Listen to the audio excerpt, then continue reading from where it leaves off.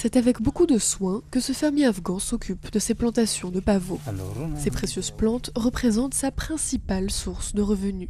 Victime d'une mine, il vit dans la province de Helmand avec ses 13 enfants et est lourdement endetté. Pour rembourser un prêt, il a même dû donner en mariage une de ses filles, âgée de 12 ans, à l'un de ses créditeurs.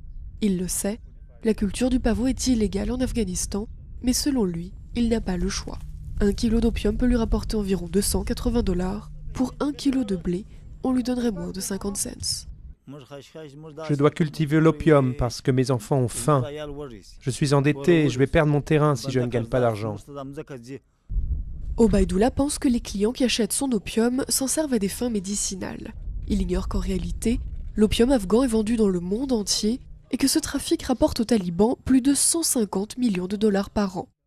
Pour y remédier, les autorités afghanes lancent régulièrement des campagnes d'éradication du pavot.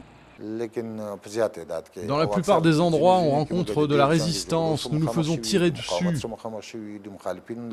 Comme vous le savez, le pavot fournit une aide financière aux terroristes. Mais la bataille est loin d'être gagnée.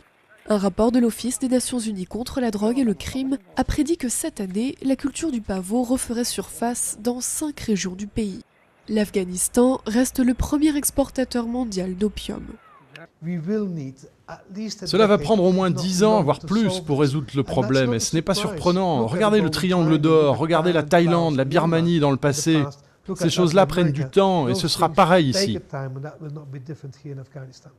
Mais avec le retrait de la majorité des soldats étrangers d'ici 2015, certains craignent une augmentation de l'insécurité en Afghanistan. Et d'après les experts, plus d'insécurité signifie aussi plus de drogue.